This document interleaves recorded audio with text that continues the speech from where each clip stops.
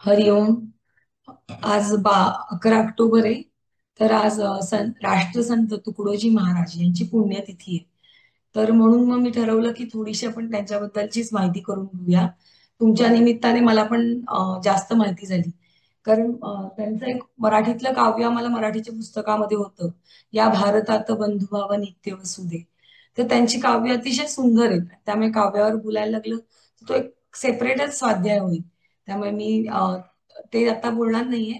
पण आपण त्यांची थोडीशी बायोग्राफिकल माहिती समजून घेऊ.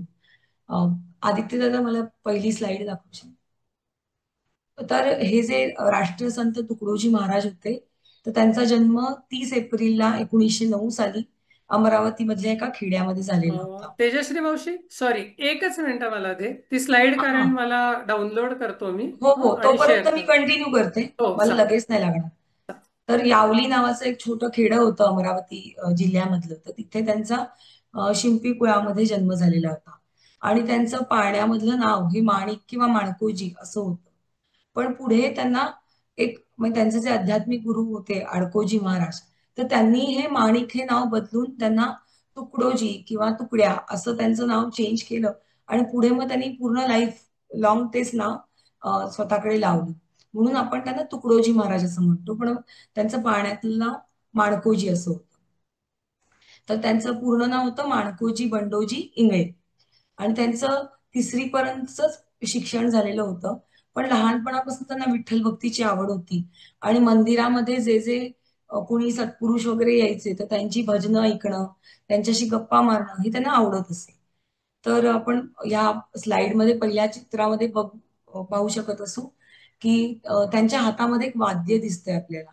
तर त्याला खंजिरी असं म्हणतात, म्हणजे डफ सारखं ते एक वाद्य आहे. तर तर तर त्या खंजिरीचा उपयोग करून कीर्तन करणं असा त्यांच्या प्रबोधनाचा एक भाग होता. मग ते नुसतं प्रवचन करायचे असं नाही, तर त्यांचा आवाज अतिशय पहाडी होता. त्यामुळे ते अतिशय छान गाऊ शकायचे.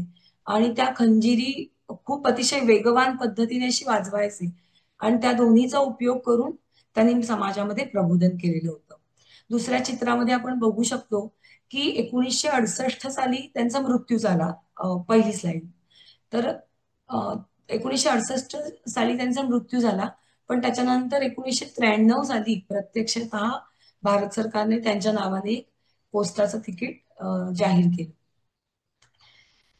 त्यानंतर हे जे तुकडोजी महाराज होते, तर त्यांचे जवळजवळ 3,000च्या वर अभंग किंवा म्हणजे भजनं अशी अवेलेबल आहे.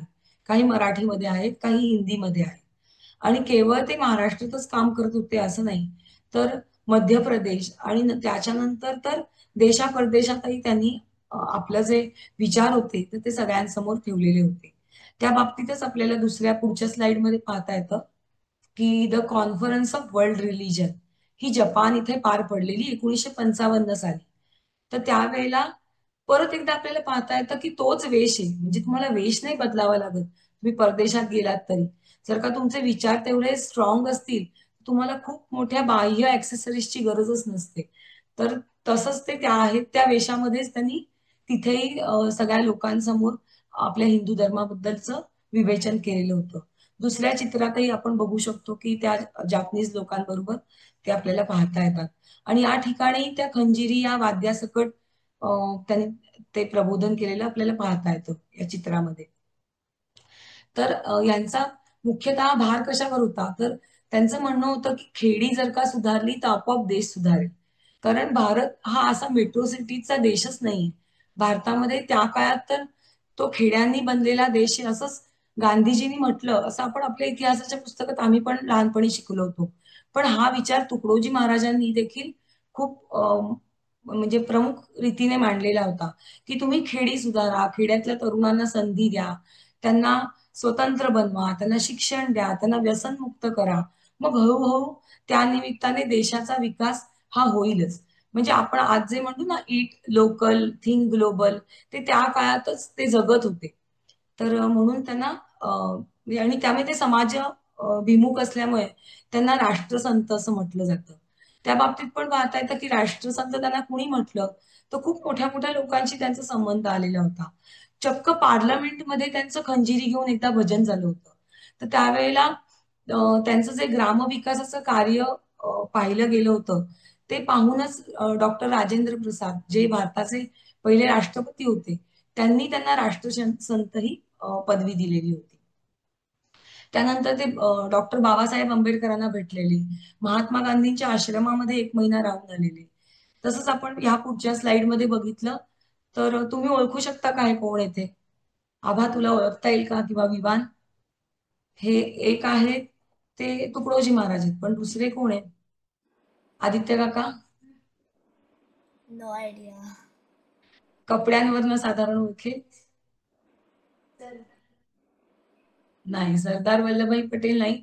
तुम्ही जर का ते चित्र पाहिलं आणि कपडे असे थोडे पाहिले तर लक्षात येईल की ते गाडगे महाराज आहेत. गाडगे महाराजांनी देखील लोकांना म्हणजे लोकांना धरून काम केलेलं होतं. कधी कधी ते पंढरपुरात जायचे आणि म्हणजे मंदिराच्या बाहेर उभं राहून सांगायचे की देव फक्त आतच आहे असं नाही, इथे बाहेर जो रंजला गांजलेला आहे त्याच्यातही तोच आहे. असं हे दोघंही हे संत जे होते ते अत्यंत समाजाभिमुख होते आणि त्यांची भेट घडलेला हा एक प्रसंग किंवा एक फोटो आपल्याला याच्यामध्ये पाहता येऊ शकतो. तर त्यांच्या खूप छान छान कविता आहेत. त्यातली एक अतिशय फेमस आहे, त्याची अगदी 1-2 कडवी मी खालच्या स्लाइडमध्ये लिहिली आहे. राजास जी महाली सौख्ये कधी मिळाली, ती सर्व प्राप्त झाली या झोपडीत माझ्या. भूमीवरी पडावे ताऱ्यांकडे पहावे, प्रभू नाम नित्य गावे या झोपडीत माझ्या. पहारे आणि तिजोऱ्या त्यातून होती चोऱ्या, दारास नाही दोऱ्या या झोपडीत माझ्या. ही कविता खूप लांब आहे, सगळी काही आपण आज बघणार नाही आणि प्रत्येक कवितेचा म्हणजे प्रत्येक कडव्याचा अर्थ काही आपल्याला पाहता आला नाही. तरी हेच ते त्याच्यामधनं सांगतात की जे म्हणजे जो फ्रीडम तुला तुझ्या झोपडीमध्ये आहे तो एखाद वेळेला तुला राजमहालामध्ये जाऊन पण मिळणार नाही. आणि म्हणून तुला जे काम करायचंय ते करण्यासाठी तुला खूप छान परिस्थिती प्राप्त झाली कीच मग मी ते काम करेन असं काही नाहीये. तू ज्या स्थितीमध्ये ज्या ठिकाणी आहेस तिथूनच तू सुरुवात केलीस तर आपोआपच तुला हवं ती गोष्ट तुला प्राप्त होईल. तर मगापासून आदित्य काका ईश्वर प्रणिधानचा एक वेगळा अर्थ सांगायचा प्रयत्न करतोय श्वेता मावशी आणि आदित्य काका. तर त्या निमित्ताने त्यांचे मेजर जे काव्य आहे ग्रामगीता नावाचं, तर त्यातल्या एक 4 ओळी फक्त सांगून मी माझा स्वाध्याय इथेच थांबवते. तर त्याच्यामध्ये ते असं म्हणतात, ते अगदीच त्याच्याशी रिलेटेड आहे. माणूस बसता भाग्य झोपते, चालता पुढेच घेई झेपते. प्रयत्नांचे रूपांतर होते, भाग्या माझी निश्चयाने. म्हणजे भाग्य असंच मिळत नाही, ते निश्चयानेच प्राप्त होतं. क्रियेविण मार्गची नाही, कर्तव्य नरा देवपण देई. तुकड्या म्हणे बना निश्चयी प्रयत्नवादी. म्हणजे आपण मगाशी बघितलं ना की देव पण त्याचीच प्रार्थना ऐकतो की जो स्वतः प्रयत्न करतो. तर तोच एक प्रयत्नवाद या तुकडोजी महाराजांनी सांगितलेला आहे. आणि आपण परत कधी वेळ मिळाला तर त्यांच्याबद्दल अजून जास्त समजून घेऊ. हरिओम.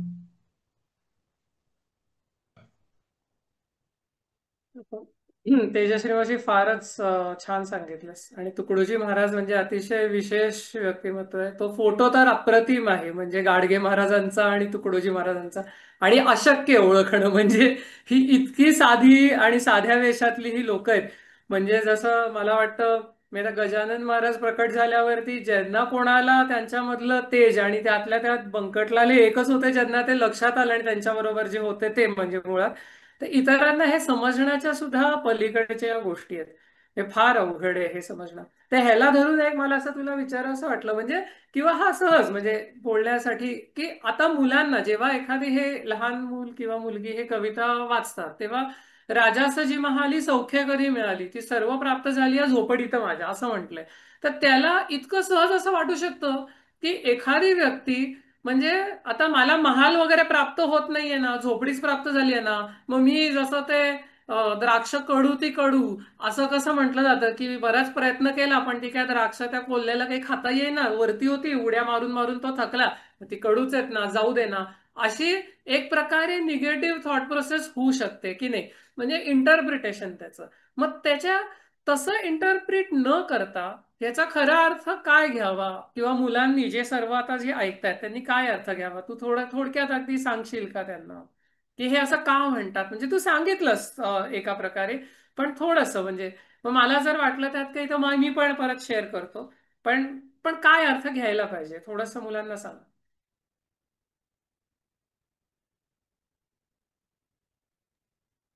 ऍक्च्युली म्हणजे आपण जर का बघितलं तर फॅसिलिटी वाईज म्हणजे जे महालामध्ये आहे ते झोपडीमध्ये नसणारच आहे. पण त्यामुळे ते म्हणजे झोपडी इज इक्वल टू पॅलेस असं ते धरून आपल्याला नाही म्हणता येणार. पण ह्यासाठी म्हणता येईल की तुम्ही फोकस कशावर करा किंवा खरा फ्रीडम कशात आहे. तर खरा फ्रीडम हा कधी कधी उलट आपण बघतो, इव्हन सेलिब्रिटीजच्या बाबतीमध्ये बघतो की आपण जितके उघडपणे इकडे तिकडे, अगदी मॉलमध्ये सुद्धा आपण जितके उघडपणे फिरू शकतो तितके सेलिब्रिटीज नाही फिरू शकत किंवा तितके प्रधानमंत्री किंवा राजा नाही फिरू शकत. तर त्यामुळे स्वातंत्र्य हे म्हणजे आपल्याला आपण म्हणतो तसं बॉर्न मिळालेलं आहे. तर ते म्हणजे एखाद्या कुठच्या तरी भव्य गोष्टीचा आधार असल्यामुळेच आहे असं नाही म्हणता येणार, असं मला येस येस वाटतं. येस, हे फारच आदित्य सुंदर. दादा, मी एकच मिनिटं बोलू? हो हो हो, थांब एक मिनिट, मी स्पॉटलाइट मध्ये आणतो. हा, येस, व्हिडिओ स्टार्ट करशील का? करते. हा, हा, एक ऐक मिनिट ना आदित्य, एकच मिनिटं बोलते. तू आता इतका छान प्रश्न विचारलायस, आणि एस्पेशली जी कविता आहे ही अनफॉर्च्युनेटली आता मला माहिती नाही मराठीच्या टेक्स्ट मध्ये आहे की नाही, पण राजासजी महाली सौख्ये कधी मिळाली, ती सर्व प्राप्त झाली या झोपडीत माझ्या. ह्याच्यावरती स्वामींनी एकदा असं सांगितलं होतं की it is all about your attitude.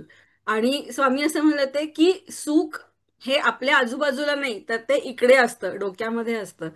की एखादं म्हणजे मला रोज माझ्या आवडीचं जेवण असतं, पण एक दिवस जर माझ्या नावडीची भाजी केली तरी पण आपण चिडचिड करतो की हे काय, माझं असंच आहे, माझं कोणी ऐकतच नाही. ऑन द कॉन्ट्ररी असेही लोक आहेत की ज्यांना कधीतरी एकदा जेव्हा पोटभर जेवायला मिळतं तेव्हा they are so happy. So हा तू खूप छान मुद्दा सांगितलायस, आणि मला असं वाटतं की आपले हे सगळे जे छोटे लोक आता आहेत, आणि खरं तर आपल्यासाठी पण ते आहे की आपण हे नेहमी लक्षात ठेवायला पाहिजे. आणि हे थोडं ईश्वर प्रणिधानशी रिलेटेड पण आहे की जे काही मला प्राप्त झालेलं आहे ते ईश्वराचा प्रसाद आहे, अशा भावनेने आपण जर ते ग्रहण केलं तर मग प्रत्येक जी कुठली सिच्युएशन आपल्या समोर येईल त्याच्यामध्ये आपण सुखी राहू शकतो. सुषमा स्वराज म्हणून ज्या होत्या, या छोट्या मुलांना कदाचित माहिती नसेल, त्या आपल्या डिफेन्स मिनिस्टर होत्या. She was a very great lady. तिला एकदा इंटरव्ह्यू मध्ये असं विचारलं होतं त्यांना की तुम्ही कायम कशा काय हसत असता, कायम कशा हॅप्पी असता, इतकं पॉलिटिक्समध्ये तुम्ही आहात. तर तेव्हा त्यांनी असं सांगितलं होतं की एखादी गोष्ट जेव्हा माझ्या मनाप्रमाणे होते तेव्हा मी असा विचार करते की हा माझ्या कृष्णाने मला दिलेला प्रसाद आहे, माझी इच्छा पूर्ण केली. आणि जर एखादी गोष्ट माझ्या मनाविरुद्ध झाली तर मी असा विचार करते की ही माझ्या कृष्णाची इच्छा आहे, आणि म्हणून either ways I am happy. तर हे खूप महत्वाचं आहे, आणि तू बरं झालं हा पॉइंट सांगितलास ते. हो, म्हणजे फारच ब्युटिफुल. ते स्वामींनी जसं म्हटलंय ना की आपल्या मनाप्रमाणे होत नसेल तर कृष्ण आपल्याशी क्रीडा करतोय, खेळतोय, आणि मनासारखं होत असेल तर श्रीराम प्रभू आपल्याबरोबर खेळतात असं समजावं. तर व्हेरी नाईस, खूपच छान झालं. आणि असं म्हणजे मुळात कुठलीही परिस्थिती प्राप्त झालेली असताना त्या सर्व परिस्थितीला अनुकूल असेल किंवा प्रतिकूल असेल त्यामधनं आपल्या काही म्हणजे greatest of the greatest scientist असे भारताला लाभलेले आहेत, आणि त्याच्यामधनं त्यांनी मार्ग काढलाय. आणि अशा एका सायंटिस्ट बद्दल आज आपल्याला श्रेयस सांगणार आहे. तर श्रेयस आहेस, अनम्यूट करशील?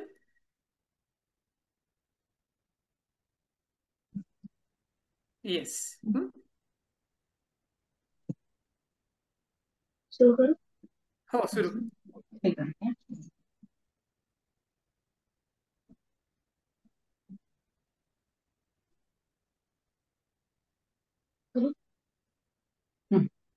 माझे नाव श्रेयस दांडेकर, इयत्ता 6वी मध्ये शिकतो.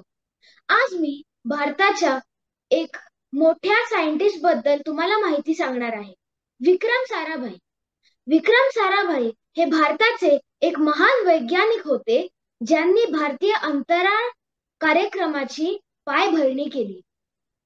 त्यांचा जन्म 12 ऑगस्ट 1991 रोजी अहमदाबाद येथे झाला. श्रीमंत आणि प्रगत विचारांच्या कुटुंबात जन्मलेले विक्रम यांना लहानपणापासूनच विज्ञानाची आवड होती.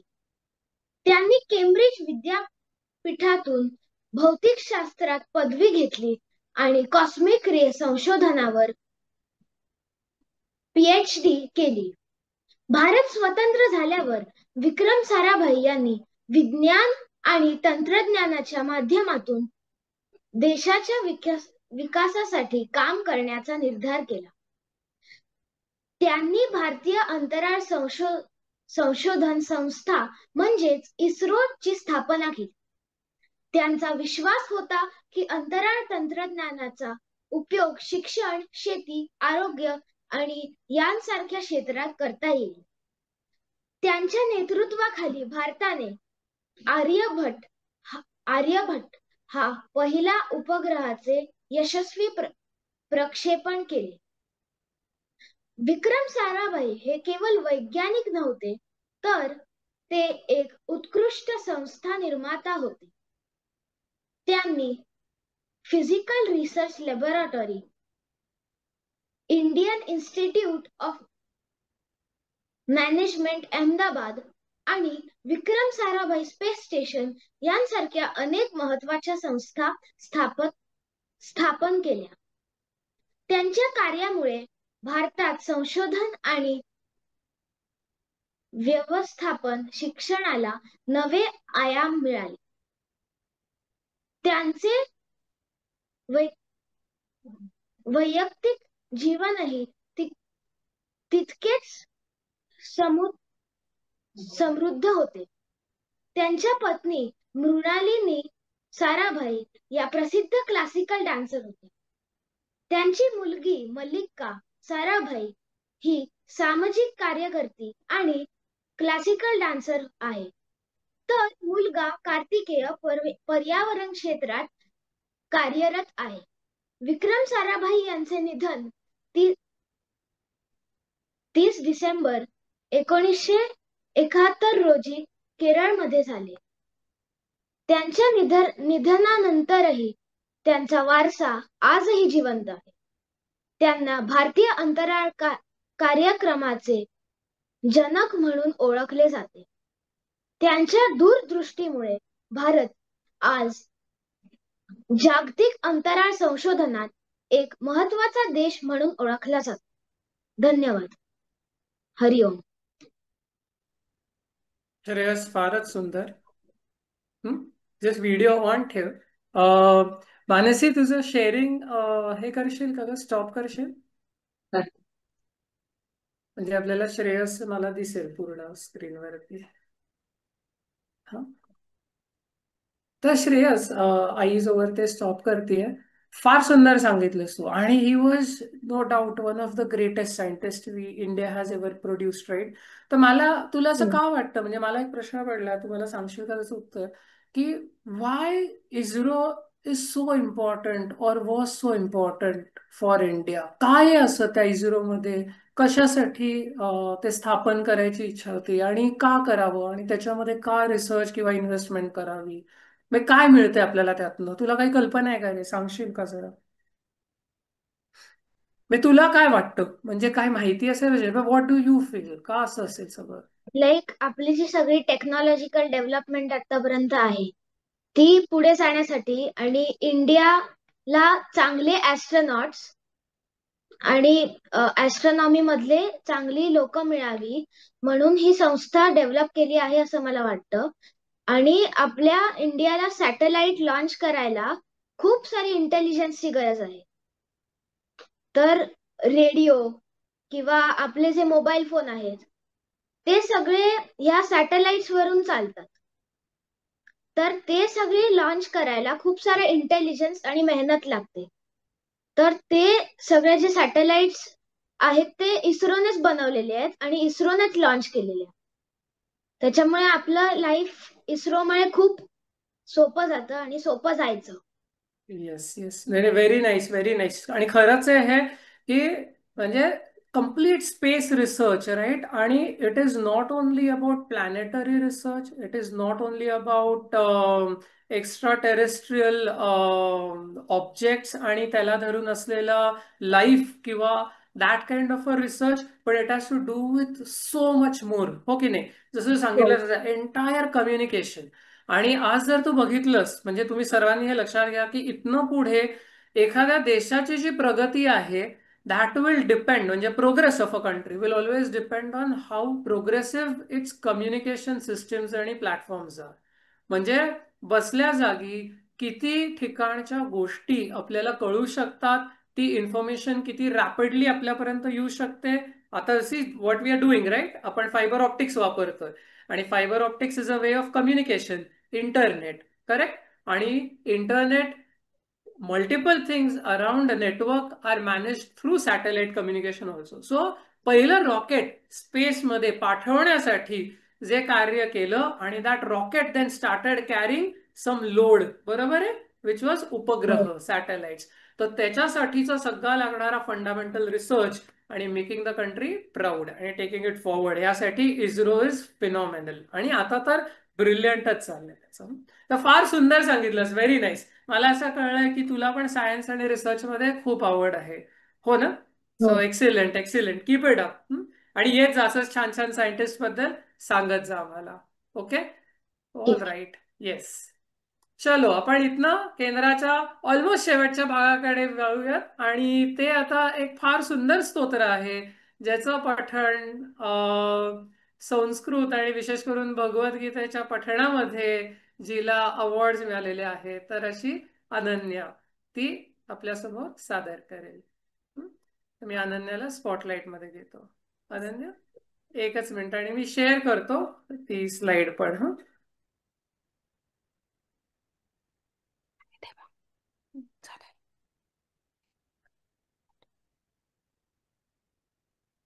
ठीक आहे अनन्या. हरिओम, माझं नाव अनन्या. मी आता मिलेनियम मध्ये 10वीत शिकतेय आणि आज मी शंकराचार्यांनी लिहिलेलं एक स्तोत्र म्हणून दाखवणार आहे. मनोबुद्ध्यहंकार चित्तानि नाहं, न च श्रोत्रजिह्वे न च घ्राणनेत्रे, न च व्योमभूमिर्न तेजो न वायुः, चिदानन्दरूपः शिवोऽहं शिवोऽहं. न च प्राणसंज्ञो न वै पञ्चवायु, न वा सप्तधातुर्न वा पञ्चकोशः, न वा पाणिपादौ न चोपस्थपायु, चिदानन्दरूपः शिवोऽहं शिवोऽहं. न मे द्वेषरागौ न मे लोभमोहौ, मदो नैव मे नैव मात्सर्यभागः, न धर्मो न चार्थो न कामो न मोक्षः, चिदानन्दरूपः शिवोऽहं शिवोऽहं. न पुण्यं न पापं न सौख्यं न दुःखं, न मित्रो न तीर्थं न वेदा न यज्ञः, अहं भोजनैव भोज्यं न भोक्ता, चिदानन्दरूपः शिवोऽहं शिवोऽहं. न मे मृत्युशङ्का न मे जातिभेदः, पिता नैव मे नैव माता न जन्मः, न बन्धुर्न मित्रं गुरुर्नैव शिष्यः, चिदानन्दरूपः शिवोऽहं शिवोऽहम्. अहं निर्विकल्पो निराकाररूपो, विभुर्व्याप्य सर्वत्र सर्वेन्द्रियाणां, सदा मे सवत्वं न मुक्तिर्न बन्धः, चिदानन्दरूपः शिवोऽहं शिवोऽहं. चिदानन्दरूपः शिवोऽहं शिवोऽहं. चिदानन्दरूपः शिवोऽहं शिवोऽहं. हरि ओम. फार सुंदर अनन्या. एक तू इतकं सुंदर घेतलंस तर ना, सगळ्यांना रिक्वेस्ट करतो, सगळी जी मुलं आहेत आज जॉईन झाले त्यांनी व्हिडिओ तेवढा प्लीज ऑन करा. एक छोटंसं क्विज आहे याला धरून. इतकं अनन्याने सुंदर सांगितलंय तर मी स्पॉटलाइट मध्ये घेतो आणि मग अनम्यूट केलं तरी चालेल. तर मला तर श्रेयस दिसतं. येस, अनन्या स्पॉटलाइट मध्ये आहे. अभा आहे का? अभा पण स्पॉटलाइट मध्ये आहे. श्रेयस आलाय का स्पॉटलाइट मध्ये? Okay. Vallari, yes, Shreyas has दे. वल्लरी आलीस का? वल्लरी, ओके, येस आहे. स्रोत. हा, आता हे अनन्यानी सांगायचं नाहीये. हा बाकीच्यांसाठी प्रश्न आहे. अनन्याने तर ऑलरेडी उत्तर दिलं होतं. तर कोण सांगू शकेल? हा, येस वल्लरी. शंकराचार्य. शंकराचार्य, येस, आदि शंकराचार्य. तिने सांगितलं इंट्रोडक्शन मध्ये. ऍब्सोल्युटली, हो की नाही? आदि शंकराचार्य किंवा आदि शंकराचार्य असं आपण त्यांना म्हणतो. Very nice. हे इतकं अप्रतिम पर्सनॅलिटी आहे, म्हणजे आपण वेगवेगळ्या ह्याच्यात बघतच आहोत. त्यानंतर दुसरा प्रश्न बरं का. आता बघा, anybody is guess. This is open for all. किती वर्षांचे होते आदि शंकराचार्य जेव्हा त्यांनी हे स्तोत्र लिहिलं? कोणाला माहिती आहे का? एनिबडी?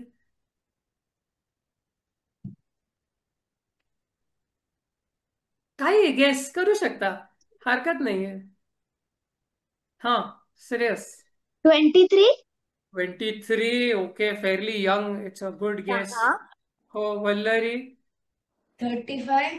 35. ओके, मे बी थोडं ओल्ड झाले त्याच्यासाठी. येस, अनन्या. 6. अभा काय म्हणली? 6? नाही, 10. 10. ओके, अभा सेज 10. अनन्या? 18. 14. 18 कोण म्हटलं? मी. Shreyas. Okay okay okay. Adi Shankaracharya त्यावेळेस, बघूयात आपण उत्तर काय आहे. किती वर्षांचे होते? He was just 8 years old. इथे कोण आहे 8 वर्षांचं, मला सांगता का? सगळे 8 पेक्षा मोठे आहेत ना आज. हो. म्हणजे इथे एक तर 10वीत, म्हणजे मी तर आहे. ताई झाली अनन्या आता. 9. ओ, क्लोज. पण फक्त 8 वर्षांचे होते बरं का. आणि गंमत बघा आदि शंकराचार्यांच्या बाबतीत. आणि हे ह्या पर्सनॅलिटीज, जसं आपण विक्रम साराभाई भारत ज्यांनी घडवला ना, तसे संत महात्मे त्याच्यामध्ये एक विलक्षण, म्हणजे शंकरबाप्पाचा अवतारच म्हणतात तशी झालेली अवतारीच पर्सनॅलिटी ही येऊन गेलेली आदि शंकराचार्य. Only 8 years old. बापरे, 8व्या वर्षी तर आपल्याला संस्कृत म्हणजे ततपप होत असतं.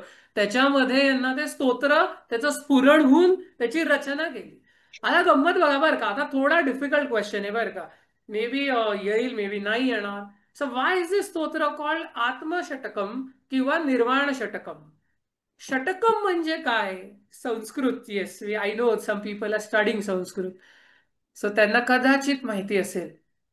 पण ह्या स्तोत्राला आत्मषटकम असं म्हटलं जातं किंवा निर्वाण षटकम म्हटलं जातं. तर म्हणजे काय असेल, तुम्हाला काय वाटतं? Just guess. काय हरकत नाही, उत्तर आलं बरोबर चुकीचं डझंट मॅटर.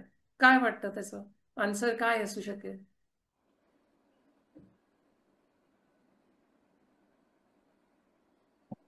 षटकम म्हणजे तर आपल्यामध्ये शतक शतक असं येतं जरा मनामध्ये. Century, maybe. नाही नाही नाही, पण हा, येस आभा. षटकम म्हणजे 6. षटकम म्हणजे 6. ओ येस, दॅट इज राईट. मग काय असेल? What is 6 in their? बघा बरं. हा, वल्लरी. 6 आत्मा. 6 आत्मा. बापरे, असं काहीतरी झालं तर आपलं नक्की कुठलं केंद्र चाललंय असा प्रश्न येईल. पण असं नाहीये. 6 आत्मा नाही. 6 काय असेल? स्तोत्राला म्हटलंय की नाही? थोडासा विचार बघा किती असं आपण स्तोत्र पाठ करतो, प्रेझेंट पण करतो. हा, येस, श्रेयस. मे बी श्रेयसला चान्स देऊ. 6 बाप्पा. हो.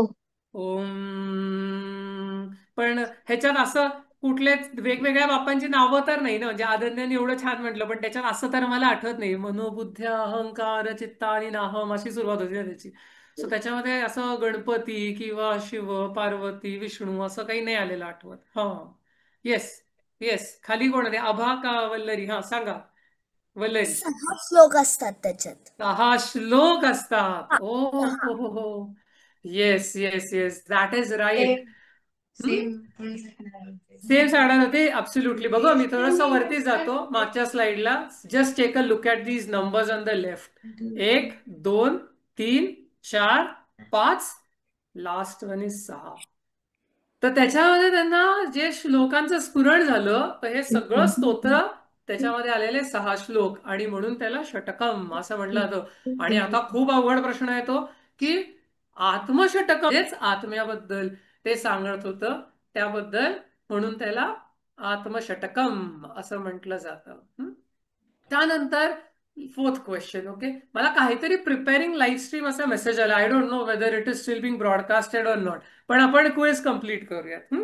सो त्याच्यामध्ये 4th क्वेश्चन तुम्हाला विचारतो मी, डिड यू नो की हे स्तोत्र त्यांना स्फुरण कसं झालं होतं? ते ऍक्च्युली त्यांचे सद्गुरू त्यांना भेटले आणि त्या सद्गुरूंच्या भेटीमध्ये जी पहिली भेट झाली त्याच्यामध्ये एकदम त्यांच्या मनामध्ये हे स्फुरण निर्माण झालं चित्तामध्ये, आणि त्यामधनं आलेली वर्सेस आहेत. ती फार सुंदर गोष्ट आहे.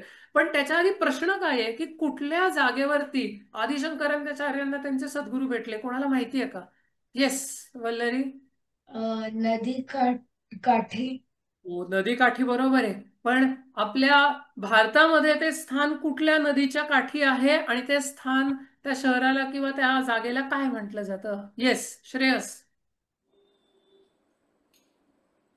म्यूट वर आहे श्रेयस. गंगा नदी. गंगा नदी नाही. अनन्या. येस. तुंगभद्रा. तुंगभद्रा नाही. बघा आता थोडीच नावं राहिलीत मोठ्या नद्यांची. कृष्णा. कृष्णा नाही. आता सगळी नावं घेत जायचं नाही. हा, आभा. भागीरथी. होय, आता भागीरथी, कृष्णा सगळी झाली. एक राहिलंय, एक एक मेन नदीचं नाव राहिलंय. Godavari. Narmada. Yes, that is the right answer. आणि बघा पुढच्या स्लाइड मध्ये आपल्याला दिसेल, तर ते मध्य प्रदेशमध्ये ओंकारेश्वर. काय ओंकारेश्वराला मोठं? ओंकारेश्वराला 12 कशापैकी एक काय आहे? 12 ज्योतिर्लिंग. 12 ज्योतिर्लिंगांपैकी एक ज्योतिर्लिंग जे आहे ते ओंकारेश्वरावरती आहे. आणि ओंकारेश्वराच्या तिथनं ओंकारेश्वरामधनं कुठली नदी वाहते? तर ही नर्मदा वाहते. आणि त्या नर्मदा मातेच्या किनाऱ्यावरती हे सद्गुरूंच्या शोधात भारत भ्रमण करत असताना फिरत होते. आणि तिकडे त्यांना एका गुहेमध्ये त्यांना असं जाणवलं, एकदम आत्म वाटलं की या गुहेमध्ये कोणतरी तपस्वी साधू आहेत, योगी पुरुष आहेत, त्यांना भेटलं पाहिजे. आणि त्यांना ते भेटायला गेले. आणि गंमत बघा बरं का, तिथे ते भेटल्यानंतर त्यांना विचारलं त्यांनी की अरे तू कोण आहेस असं विचारलं. आणि कोण आहेस असं विचारल्यानंतर त्यांना मी कोण नाही, म्हणजे मन नाही, बुद्धी नाही, चित्त नाही, अहंकार नाही, क्रोध नाही, काम नाही, द्वेष नाही, असं सगळं नाही. मग तू कोण आहेस? चिदानंद रूपम शिवोहम शिवोहम, असं शिवस्वरूप आहे असं सांगणारं स्तोत्राचं स्फुरण झालं. आणि किती वयाचे होते आपण मगाशी बघितलं तेव्हा? 8 years old. म्हणजे आपण English alphabet may be complete केलं असेल आणि थोडंसं पुढे गेलो असू, हो की नाही? Standard 2nd or 3rd. आणि त्याच्यामध्ये यांना हे स्तोत्र ऑलरेडी त्यांना स्फुरण झालं. आणि त्या गंगा नदीला तिथे गंमत अशी झाली होती की गंगा नर्मदेला तिथे पूर आला होता. आणि आता सद्गुरूंपर्यंत त्यांना जाता येत नव्हतं त्यांच्या, त्यामुळे नर्मदेला त्यांनी प्रार्थना केली आणि नर्मदेची स्तुती गायली. आणि जी नर्मदेची स्तुती होती आणि ज्यामुळे ही नर्मदा माता प्रसन्न झाली त्यांना नर्मदा अष्टकम, त्याच्यामध्ये 8 वर्सेस आलेले आहेत. ते स्तोत्र त्यांनी प्रथम त्यांना स्फुरण झालं. आणि त्याच्यानंतर सद्गुरूंची भेट झाल्यावरती त्यांना हे आत्माष्टकम म्हणजे आत्मषटकम असं जे आहे ते 6 वर्सेसचं स्तोत्राचं स्फुरण झालं. अप्रतिम आहे. म्हणजे शंकराचार्यांचं जीवनच सगळं विलक्षण. आता एक अजून कुठलं त्यांचं पुस्तक किंवा स्तोत्र एक मी सांगितलं, तेच मला परत सांगायचं नाही. तुम्हाला काही माहिती आहे का त्यांनी कुठलं लिहिलंय? एनिथिंग दॅट आदिशंकराचार्य म्हणजे त्यांनी रचना केली आहे त्याची कल्पना आहे कोणाला काही? हा, अनन्या. येस. अन्नपूर्णा स्तोत्र. अन्नपूर्णा स्तोत्र. I think so. येस, हो, त्याला म्हण आपण दॅट इज ब्युटिफुल. ओके शिबिरात नाही, म्हणतो ते. काय आहे त्याची सुरुवात आठवतीये का? नित्यानंद करी वराभय करी. हो की नाही? फार सुंदर, व्हेरी नाईस. अन्नपूर्णा स्तोत्र. तर पुढे बघा, पुढच्या स्लाइडवर दाखवतो. आपल्याकडे 2-5 मिनिटच राहिलेली आहेत. तर त्याच्यामध्ये हे just some of the things आदिशंकराचार्यांनी ज्याची रचना केली बरं का. म्हणजे सायंटिस्ट आपण ग्रेट म्हणतो, बाय एज 8 आदिशंकराचार्यांनी ईश्वर प्राप्तीचा मार्ग ऑलरेडी सांगून टाकला. आणि कोणीतरी मग अशी म्हणलं 35 वॉज अ गेस. तर आदिशंकराचार्यांनी जी समाधी घेतली, he was only 32 years of age by that time. फक्त 32 वर्षांचे होते. ज्ञानेश्वर महाराज इतक्या लहान वयात त्याच्यानंतर जे संत होऊन गेले महान, तसे आदिशंकराचार्य त्यांच्या काळातले होते. आणि कितीतरी म्हणजे वरती तुम्हाला फिलॉसॉफिकल टेक्स्ट दिसतील बरं का. त्याच्यामध्ये ब्रह्मसूत्र आली, भगवद्गीतेवरती भाष्य आलं, उपनिषदांवरती अनेक त्यांनी लिखाण केलेलं आहे. त्याच्यानंतर खूप स्तोत्रांची तर रचना केलीच आहे, त्याच्यामध्ये अनेक स्तोत्र आलेले, त्याच्या फार सुंदर सुंदर कथा आहेत. आणि त्यानंतर भारताच्या 4 कॉर्नर्स मध्ये 4 त्यांनी मठ स्थापन केले. आणि त्याला शंकरपीठ असं पण म्हटलं जातं. किंवा त्या ठिकाणी सगळ्या पद्धतीने भारताला आध्यात्मिक तेज प्राप्त होऊ शकेल आणि तिथल्या लोकांना अशा पद्धतीची ईश्वर उपासना कशी करायची योग्य पद्धतीने याचं मार्गदर्शन मिळेल, म्हणून त्यांनी ही शंकरपीठ स्थापन केली. आणि फार सुंदर हे अनेक गोष्टी आहेत. खाली अनेक गोष्टी लिहिलेल्या आहेत. त्यानंतर तुम्ही कधीतरी वाचा. आणि ज्यांना संस्कृतचा अभ्यास करायला खूप आवडतो, म्हणजे शंकराचार्यांचं लिटरेचर तर आहे किंवा पुढे आवडेल, त्याच्यामध्ये विवेक चूडामणी नावाचा एक अप्रतिम ग्रंथ आहे. छोटासा आहे पण फार सुंदर अद्वैत वेदांतावरचा तो ग्रंथ आहे. त्यानंतरचा I think this is the last question और द सेकंड लास्ट क्वेश्चन. कोणाला येतो का बघा, की आदिशंकराचार्यांनी किती वेळा भारत भ्रमण केलं. आणि हे लक्षात घ्या की अर्थातच हे सगळं चालत हा प्रवास करायला लागायचा. असा कुठला विमानाचा प्रवास वगैरे त्या काळात उपलब्ध नव्हता किंवा रेल्वेज वगैरे त्या काळात उपलब्ध नव्हत्या. त्यामुळे बैलगाडी तरी असावी किंवा बहुतेक भाग सगळा चालत कव्हर करायचा. किती वेळा केला असेल? Yes Vallari. 60 times entire India, length and breadth of India. Yes Shreyas. Mute वर आहे Shreyas. 7 times. Oh maybe not. Abha 5 वेळा आभा जवळ आली आहे. बघा बर का, भारत म्हणजे तुम्ही इमॅजिन करा की हा अगदी काश्मीर आणि काश्मीरातल्या एवढ्या सगळ्या हिमालयापासून ते कन्याकुमारी पर्यंत across basically the length and then breadth, म्हणजे कुठे गुजरात, तिकडनं कुठे ओडिसा आणि त्याच्या पुढे जायचं नॉर्थ ईस्ट पर्यंत 7 सिस्टर्स. येस आभा अजून एक guess.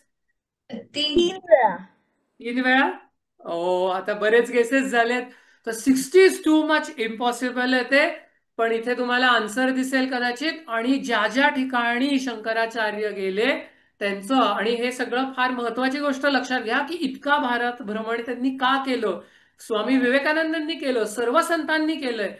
4 times he actually travels the length and breadth of India बरं का. आणि अखंड भारत म्हणजे तुम्ही बघू शकता इथे राईटला कुठपर्यंत गेलेले आहेत ते.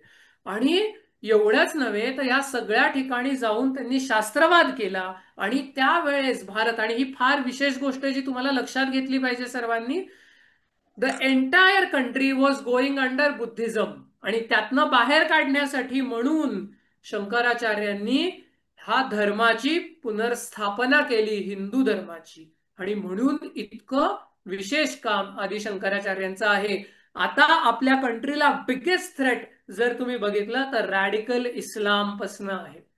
So all of us have to understand this आणि study these great personalities, understand our culture and always think positively towards how we can do something on the lines of these great people, how they achieved it, keeping God at the center of all our work and deeds. Okay नाही, तसं शंकराचार्यांचं काम आहे. आणि शेवटचा प्रश्न, मी actually याचं उत्तर दिलं की या आत्मषटकम स्तोत्राचा अर्थ कोणाला माहितीये का. हे सगळं मी आता सांगत बसत नाही किंवा त्याच्यात आता आपल्याला ऑलरेडी बऱ्यापैकी वेळ झालाय. पण थोडक्यात लक्षात घ्या की मी मन, बुद्धी, अहंकार किंवा चित्त नाही. मी कान, जीभ, नाक किंवा डोळे पण नाही. ओके नाही, माझं शरीर, माझं मन, माझी बुद्धी असं आपण म्हणत असतो. मग पृथ्वी, अग्नी, वायू, तेज, आप ह्या सगळ्या गोष्टी पण मी नाही. ह्या माझ्या शरीरामध्ये एक भाग आहे. ओके नाही, इट इज ऑल पंचमहाभूत. माझं शरीर त्यांनीच बनलेलं आहे. पण मग मी कोण आहे? शिवस्वरूप आहे. हे नुसतं पठण नाही किंवा नुसतं शाब्दिक ह्याचा अर्थ समजलाय म्हणून नाही, तर ह्याचा एक्सपिरियन्स त्यांना होता आणि त्या एक्सपिरियन्स मधनं हे त्यांनी स्तोत्र व्यक्त केलं होतं. ईश्वर प्रणिधान जे आपण सुरुवातीला बघितलं, त्याची अल्टिमेट स्टेट काय असते, तर त्याला म्हणतात की complete surrender of one's ego to God. आणि गॉड अँड दिस पर्सन, भक्त ज्याला आपण किंवा साधक ज्याला म्हटलं जातो, बिकम्स वन. आणि तिथे it is the ultimate state of ईश्वर प्रणिधान, कम्प्लीट सरेंडर. आणि त्या ठिकाणी what remains is only God, असं सांगणार हे स्तोत्र आहे. खूप डिफिकल्ट आहे, पण सुंदर आहे पठण करायला, आणि नक्की सर्वांनी त्याचं पठण केलं पाहिजे. इथनं आपण केंद्राच्या सांगतेला पोचतो. सर्वांनी फार सुंदर प्रेझेंटेशन्स केली, एकदम छान छान सर्वांबरोबर गप्पा गोष्टी पण झाल्या. तुम्हालाही असं केंद्र आवडलं असेल असं मला वाटतं. आणि आता केंद्राचं कन्क्लुजन, पुढचं आपलं केंद्र आता दिवाळीनंतर घेऊयात. सर्वांना दिवाळीच्या ऍडव्हान्स मध्ये शुभेच्छा. एन्जॉय करा, मजा करा, भरपूर फटाके फोडा. फटाके फोडायचे नाहीत बीत असं कुठेतरी पेपरमध्ये येत असतं, काही नाही, छान भरपूर फोडा, एकदम धमाल करा, सर्वांना भेटा. आणि दिवाळीचं पण महत्व आई बाबांकडनं समजून घ्या, छान पूजा वगैरे करा, लक्ष्मीपूजन वगैरे तर असेलच. ओके, तर आता केंद्राचं कन्क्लुजन करूयात. आभा आणि गौरी मावशी तर आहेच. सर्वांनी प्रार्थनेने आपण करूयात. म्हणा. सदा सर्वदा योग सदा सर्वदा योग तुझा घडावा, तुझे कारणी देह माझा पडावा. उपेक्षू नको गुणवंता अनंता, रघुनायका मागणे हेची आता. उपासनेला दृढ चालवावे. भूदेव संतांसी सदा नमावे, सत्कर्म योगे वय घालवावे, सर्वामुखी मंगल बोलवावे. जय जय रघुवीर समर्थ. हरिओम. एकच मिनिट होल्ड करा, आता मी लाईव्ह स्ट्रीमिंग थांबवतो आणि मग कळवतो झालं की.